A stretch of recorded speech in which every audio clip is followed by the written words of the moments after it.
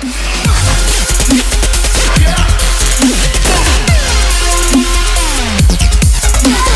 guys, this is Taylor Danielle, and you have just tuned in to an ID exclusive.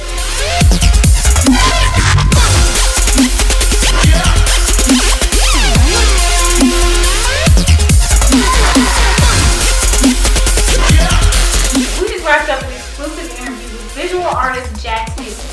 Find out what he had to say about his latest project, Free Lunch No Peanut Butter, and also hear about new projects he already has in the works. Stay tuned to ildeconart.com. I just dropped Free Lunch No Peanut Butter. That was my first, I guess you could compare it to like an album or a mixtape. So it was like my first collection of work.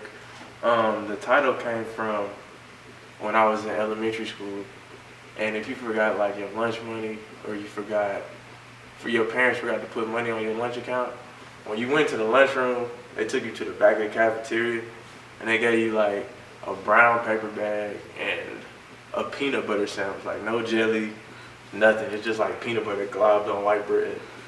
And when you got back out into the cafeteria, like, all your friends would be clowning you because you got the peanut butter sandwich for the day. So I just really wanted to make the title off of that one experience. So I give away something free, but it'll be with substance. Like, you ain't gotta be ashamed to get my project. Like, my first, I guess, inspiration would be, I didn't wanna have to see all the people who I knew or I was friends with, like, blow up and then Fader or Complex or somebody come grab them up out the whole culture.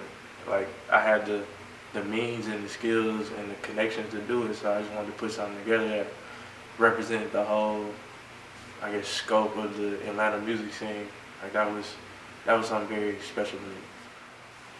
Well, I was sick when I was putting together like the last pieces, and that really held me back. Like, 'cause I would have rather something been like hurting on me, but I was actually like sick, so it was hard to get up in the morning or get up in the middle of the night and put stuff together.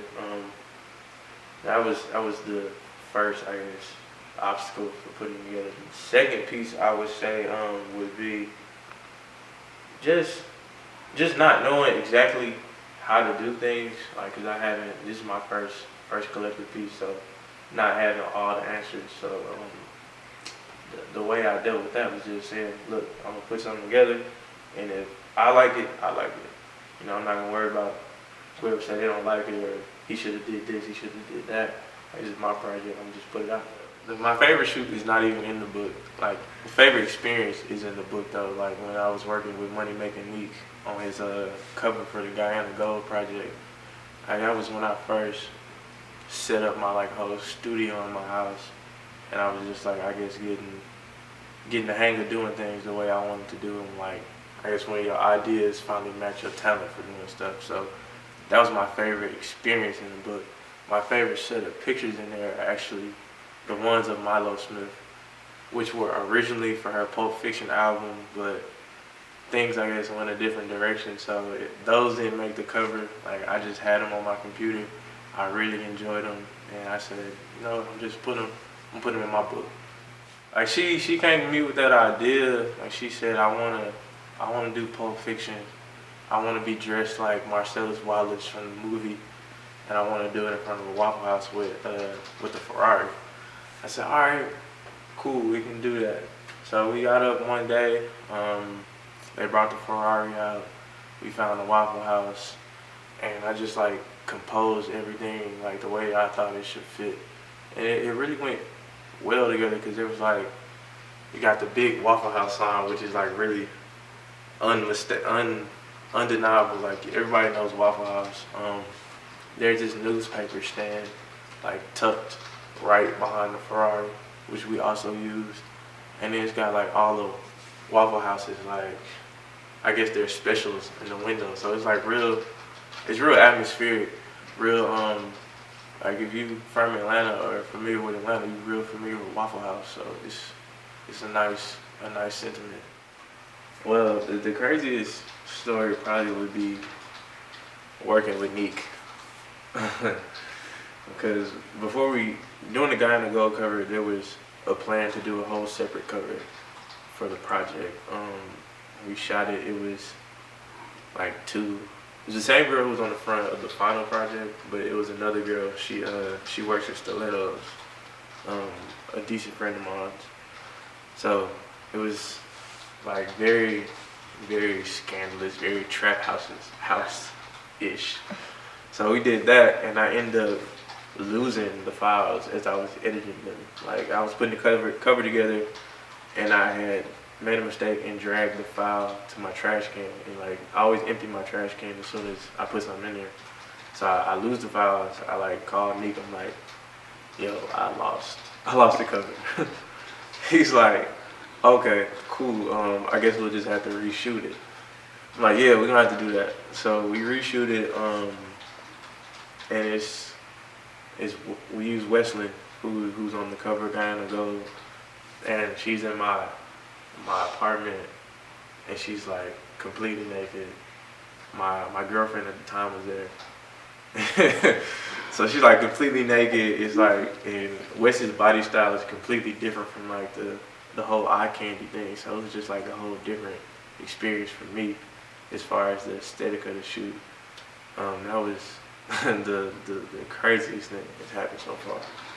Well, yeah, like in the last part where I give my thank yous, I did mention overcoming my fears and self-doubts.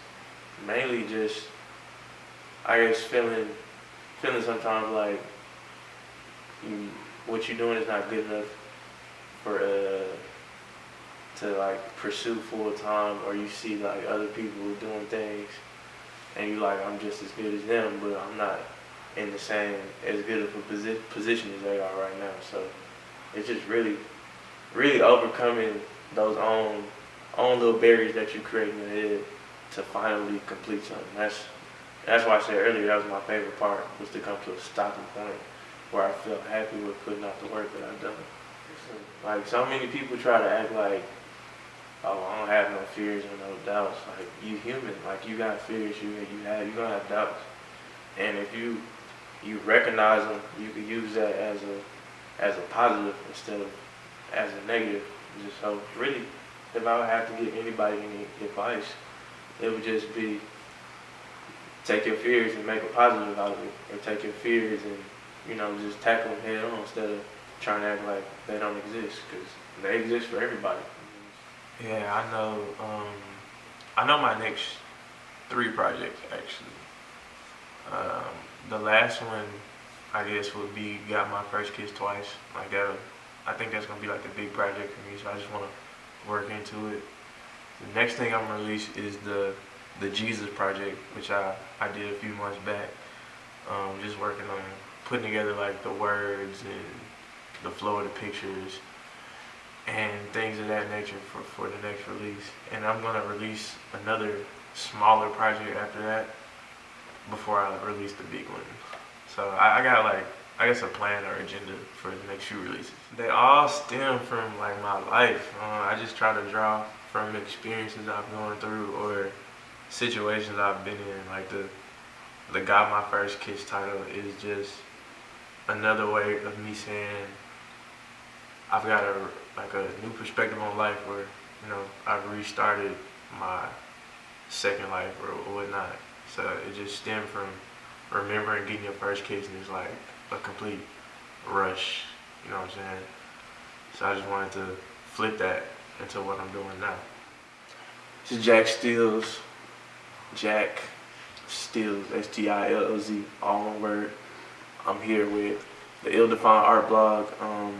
It's been a blessing that they reached out to me. Like, I haven't really done too many interviews, and it's not too many websites like Ill-Defined where it's just focused on art instead of just music. So I really appreciate that, and I really appreciate being on the site.